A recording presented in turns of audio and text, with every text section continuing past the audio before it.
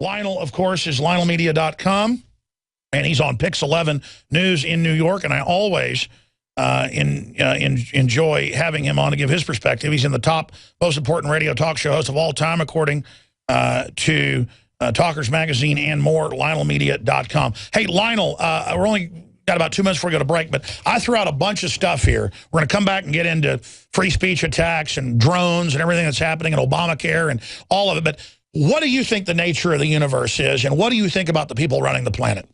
Well, the first thing is, by the way, you never rant. Don't ever say you're ranting. I dig you. I understand what you're doing, because sometimes you have a tremendous amount of information that you have to get through this very small funnel that we call radio, because your brain is on fire and awash in ideas. So don't ever apologize for that. Let me tell you what happened this week to me, which blew my mind. Last week, as you know, was the 50th anniversary of the murder of President Kennedy. And I talked to a young man who had never seen the Zapruder film. Believe it or not, I was sitting side by side with him. Don't ask me how he missed it. He had heard about it. He saw it maybe in segments. He saw the portion that is the most horrible. This is, of course, the president's brain, the misting of the president right there before our eyes. And he let out a shriek and a bit of an expletive. And I said, let me ask you a question. I said, you know something about inertia. Where do you think that shot came from? He said, well, the front. I said, well, guess what? This is what the conspiracy theories are about. They say it came from the back. And I saw in his face a disbelief and a concomitant terror. And I thought, this is where we've gone. Alex Jones here with a very important announcement for truth seekers. We've carried a lot of amazing films and books over the years on the online video bookstore at Infowars.com. And out of all the titles we've carried, one stands out because it is just so chillingly convincing. And that's Dreams from My Real Father by Joel Gilbert, available at Infowars.com. This film exposes the fraud that Obama is like nothing I've seen. If you want to know who Obama's real daddy is, this is the film for you. Don't forget, your purchase supports our broadcast and our growing media network. You'll also find at InfoWarsShop.com None Dare Call It Conspiracy by Gary Allen, the book that woke me up. We're also carrying Behind the Green Mask, UN Agenda 21 by Rosa Corey. This book is coffin nails to the globalist takeover. The Greater Good, the most professional and up-to-date film I've ever seen exposing the scourge that is vaccines. These titles and a lot more are all available at InfoWarsShop.com. I like Lionel because he's not left or right. He's just a common sense, just kind of libertarian type fella. And he's got just great commentaries you can see on his site, not just if you're in New York watching his television show at LionelMedia.com. He joins us for the rest of the hour. And I do want to go through a smattering of news here with him, but finish up with this awakening, or I haven't heard the rest of the story, or did the guy go into deep cognitive dissonance denial when he finally saw the Zapruder film? But we're going to go back to Lionel here in just a moment. Jay Carney, perfect name, a carnival barker. Nothing against folks that have the last name Carney, but come on. I mean, if the shoe fits. And he's up there saying you can keep your health care plan under this, and the site's working fine, even though the site's still not working.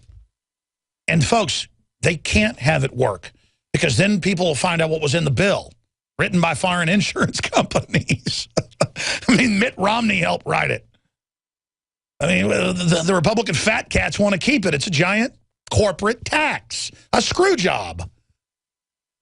But if you say you don't like it, you're racist. Anyways, Carney's on TV right now looking like a child who was caught basically, in the closet doing you-know-what, and mom opens the door. I mean, he just looks like he is just emanating, I'm a liar.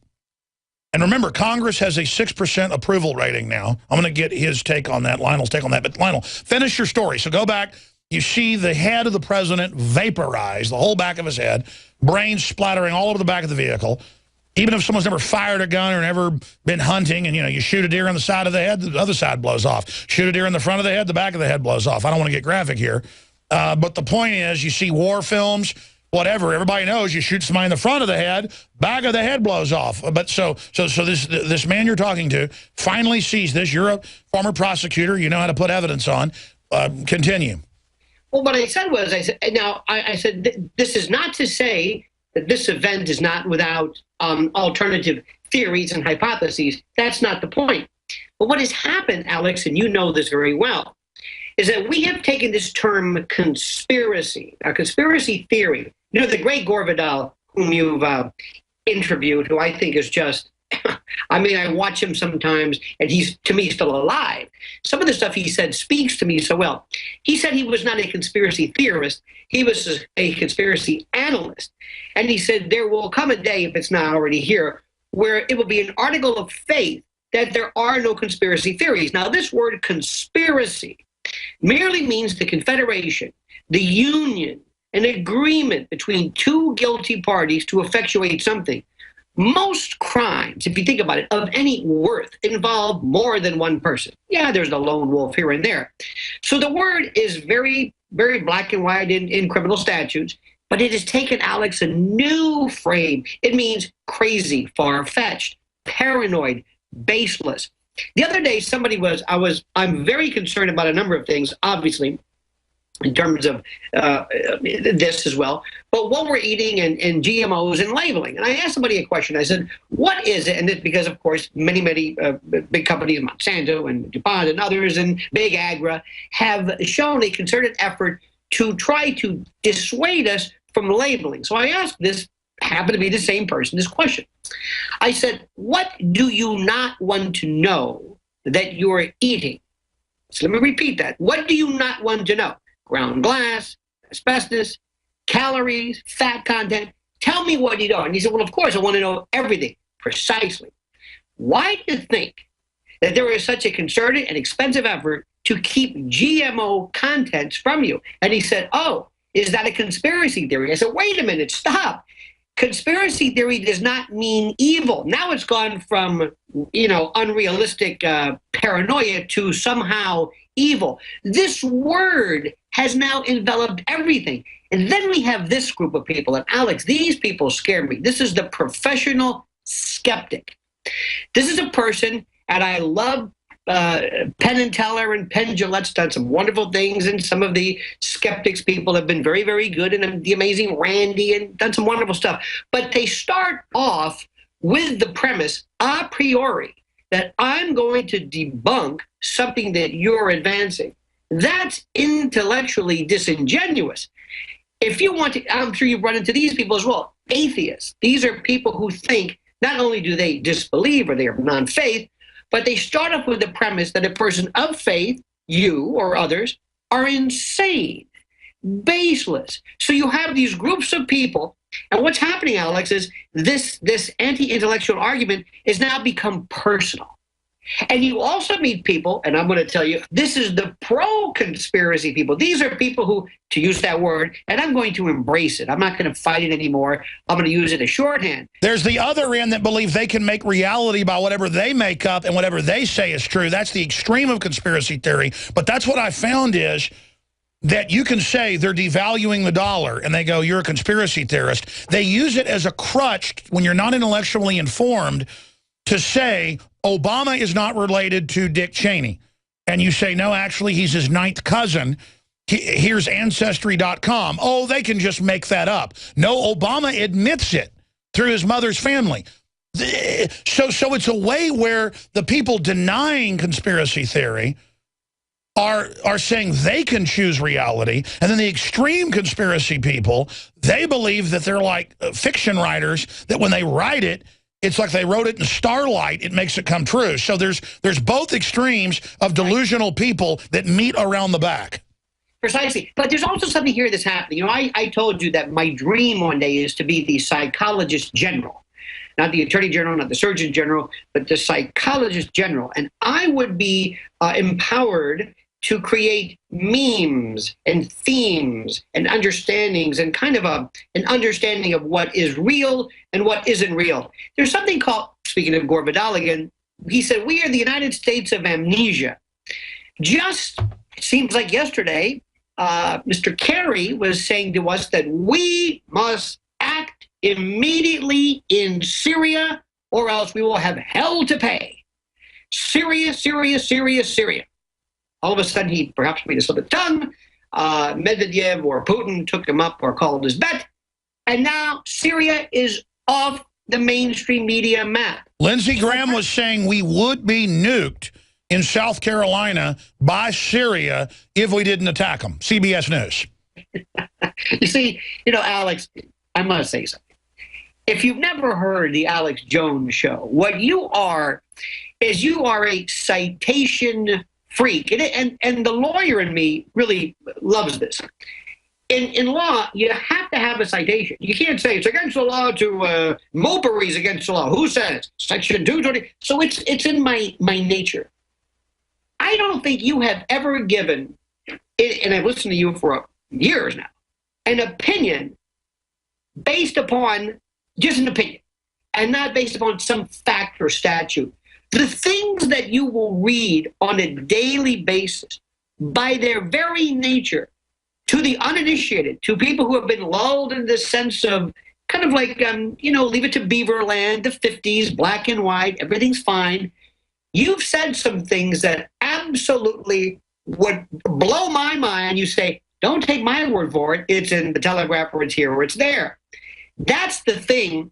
That is, you are the master of this pattern. Oh, no, please. I mean, enough of that. I mean, listen, I just look at the news. I see the pattern historically repeating itself, and I know the history of eugenics. I know where it comes from. I know who set up Planned Parenthood. I know the players. And so then I get called a conspiracy theorist, or they point at wacky folks that think, space aliens, are secretly running the White House. And it's all just insane. But shifting gears into a whole bunch of issues, what do you make, because I know your commentaries have covered this, on Obamacare? Because if you analyze it, they had MSNBC say that I'm a deeply racist, with no citation, by the way, no clip of me saying something even racist, much less deeply racist, and that I influenced the Boston Bombers, no citation, because I don't like Obamacare. This is 2 months ago, saying it was a giant scam by offshore banks to rip us off. Well, I know who lobbied and wrote it, and now it's happened, and it's been ruled a tax to private groups, and I've been called a conspiracy theorist. If you criticize it, I guess you'll be called a heretic as well. What do you make of Obamacare and where it's going and what's happened to the president? Okay, well, it is a tax, according to Chief Justice Roberts. There was a basis that it was upheld, if I recall correctly, at least the private mandate. That's right. Let me bring this up, and I'm going to bring it very, very, perhaps too base, but this is what amazes me. Alex, there is not a pizza delivery shop. There is nothing that does not have a website that works. Nothing. I had suggested one time in passing that perhaps maybe the administration or the government should turn to porn sites because they are most proficient at getting out their product. I have heard of a lot of things. Funding problems, okay. We didn't anticipate the sign up, okay. But not having a website that works. When Jon Stewart and his writers of The Daily Show speak to this, it's a critical rock bottom. What I don't understand is simply this. When a person becomes the commander-in-chief or the chief executive of this country, and they say X, and X does not seem to be the truth anymore, why doesn't everybody, as a citizen, call that president out, irrespective of the party or irrespective of the man or the woman? I don't understand that. So I am absolutely beyond explaining this anymore, and it's become a comedy of errors. And what's even more interesting are the people who are trying to say the apologists for, I guess, not so much the administration, but the event that, no, you really don't understand it. These things aren't that bad. But I got to say something to you, and you mentioned this before. There is so much. You started off with this absolute amazing story. Something happened this week, and you said this, and it goes back to my psychologist in general part, if you don't mind, and that is the habituation, the conditioning, and the generalizing of us to more and more surveillance. When 60 Minutes mentioned the Jeff Bezos octocoppers and helicopters and that sort of thing, what this is again a systematic acceptance as to how cool things are. And I did a commentary and I said, wait a minute, let's look at a couple of things here. Michael Huerta, the FAA chief, says that by the year 2050, there's going to be 7,500 drones, UAVs, and who is going to license these folks? Forget the fact of congested airspace. Forget the fact that these things are run by GPS and they can crash. Forget the fact that they have metal blades that can hurt people, that batteries can blow up. Forget the fact that they can get sucked up into jet turbines. All of that. Who is asking these questions? But what happened was the sheeple looked at the gold watch and they said, isn't this cool? Isn't this neat? Imagine. Now, how somebody's going to drop a box of, I don't know, socks in your backyard? I don't know how this is going to work. That was, I don't want to say a beta test, but that was part one of the acclimation and the habituation that we have to this idea of drones. And by the way, I saw articles in WashTech like in 1999, back when Washington Post had that tech magazine. I read it on air, bragging that they were going to habitualize us to chips in our bodies and drones. And so even when they're on record saying they're going to do this to us, we're still a conspiracy theorist for pointing out that there is an agenda. And listen, here is a conspiracy theory. Most stuff I do is not theorizing, but as the police or prosecutors, you've got to figure out what the criminals are doing and try to figure out their plan, unless you actually, you know, tap their phone or whatever, or, you know, infiltrate their group. Well, I've studied these globalists, so I know how they think, what their end game is. They think they're so bulletproof politically, they're all over their own white papers bragging. So in their case, we know 9 times out of 10 exactly what their plan is.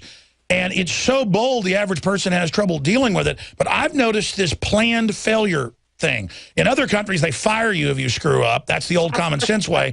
Right. Yeah. No. FEMA ordered a stand down in Katrina and screwed up to say, oh, look, we did terrible, give us more funding. And I predicted that it wasn't going to work on purpose because the bill was going to screw everybody. So they want to act like, oh, you're getting screwed because it's messed up. It's not on purpose. It's not personal. And so that's why they're going to keep it screwed up forever. And then, oh, give me dictatorial power. I can selectively get in there and fix it, making him the hero, giving themselves a good crisis that won't go to waste. And so I don't know they did it on purpose. I mean, I can't prove it in court, but I know. I know because I've seen how these people operate. It's like a long time ago, I used to be a deer hunter, and my dad taught me when you see a bunch of doe run out in cold weather, looking back over their shoulder, they're getting chased by a buck that's in the rut trying to have sex with them. Get your gun up and get ready. And 9 times out of 10, when I see a bunch of doe running, looking back over their shoulder, the big buck's going to come running out, or a coyote. Sorry, go ahead. I mean, it's not conspiracy theory that as a hunter, I know when doe are, you know, running from a buck. Go ahead. First of all, I think we need to reacquaint ourselves with a couple of rules. You know, there's this, I think it's called Pilger's Law, never believe anything until it's officially denied.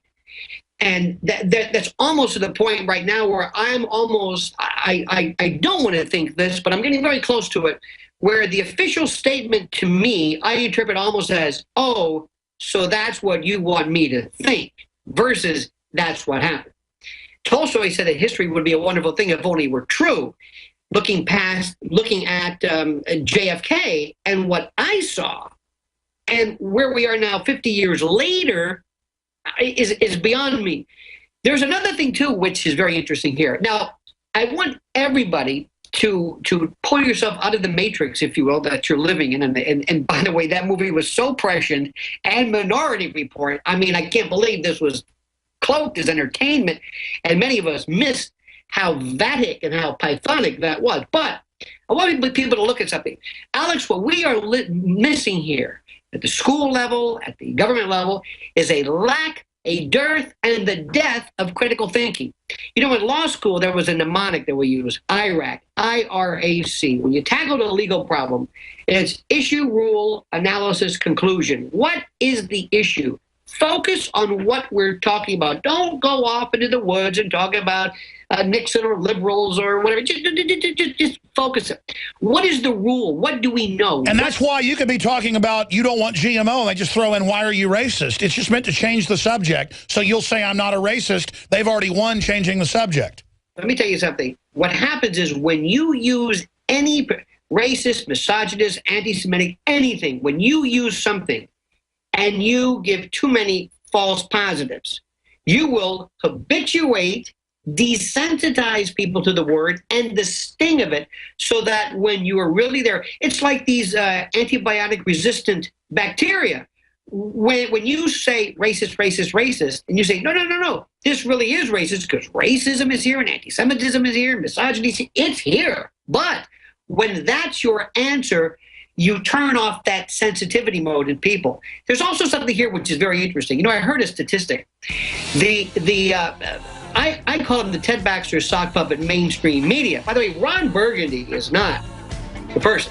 Ted Baxter was so, speaking depression, he saw it all. But whenever you hear the decline in American education scores, I think somewhere there are people almost wringing their hands in delight because they do not want people to be smart. Sure. The owners want dumb people. So stay there. We're going to come back and finish up with that story.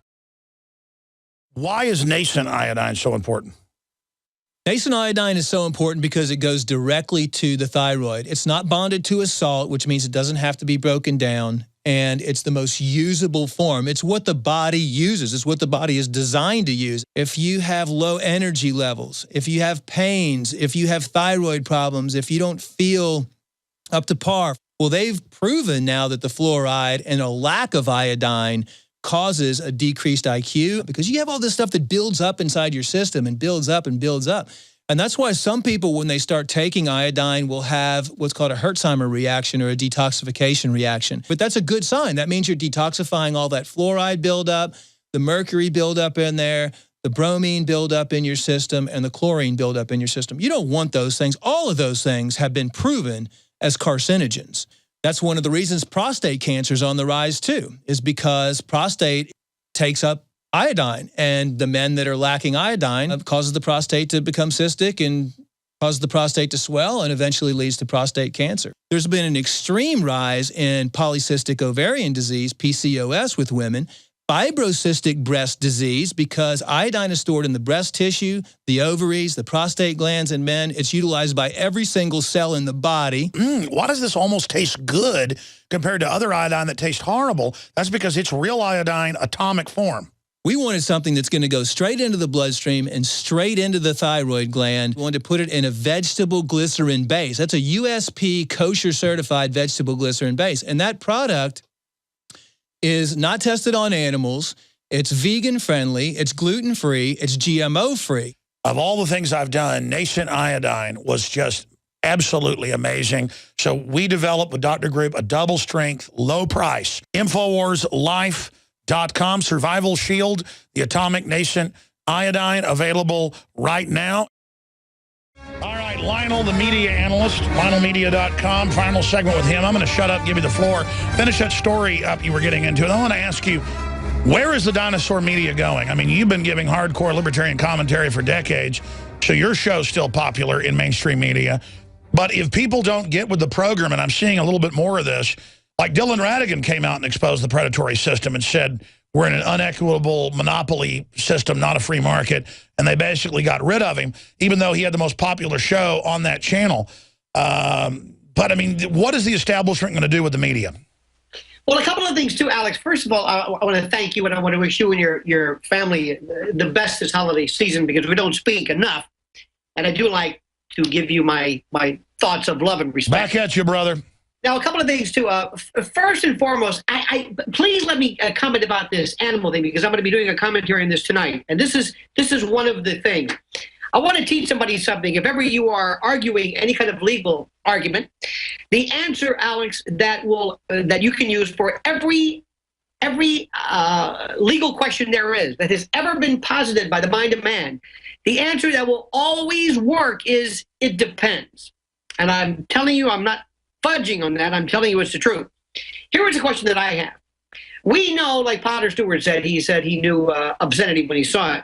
We all know, for example, about this business about animals being basically treated as humans for purposes of habeas corpus, and there's the Non-Human Rights Project. Did you know, in this movie Blackfish, this documentary about orcas, did you know, speaking of facts, that they have looked at the anatomy of a brain of an orca, of the Cretaceous species, bottlenose dolphin, porpoises, dolphins, and they have something called a paralimbic system, meaning two brains. Well, yes, but this particular lobe, their sensitivity for attachment is greater than even that of a human. So when you take a whale away from its mother, they grieve forever. Now, that being said, does that change the equation? What happens if somebody were to say that you, who, let's say, keep kosher or halal dietary systems, that kosher slaughtering, that's deemed inhumane? I don't know where this is going. What I always tell people is be very, very careful with this, because like years ago, they said it's not nice to fool Mother Nature. But when you go into some areas, understand, number one, who is behind it? Always ask. Because if I was, let's say, and I'm not saying these people are nefarious, but if I were a really evil person, what I would do is I would always introduce myself by taking a position that everybody agreed on. And then as I became friendly and people liked my cause, whatever it was, then I'd stick it to them. So that's number one. Number two, never, ever, ever apologize for a question you have. You know, kids always say, why, Daddy? Why? Why? That's right. They act like it's bad under political correctness to even ask questions or talk. And it's amazing that if you even make an observation, they just want us to shut down and do what we're told and only accept the official story. 1 minute left. What's going to happen to the mainstream media? The mainstream media right now is going to have to understand that when it comes to news, this is the opportunity it has, because human beings love information and they love thinking. And it is completely possible for mainstream corporate entities to expand their area of coverage and break away, because the information that is out there that people might say, well, that's a little offbeat or a little bit different, that is what people love. And all I'm saying is never apologize for thinking, never apologize for asking a question, critically think no matter what you do, and you will never go wrong. And Alex, thank you again for allowing me the opportunity to be here with you, my dear friend. And you and your family, the best this holiday season, sir. You too. God bless. All right, there goes Lionel. Now you can watch the InfoWars Nightly News streaming live as it happens for free. Check it out at Infowars.com/show.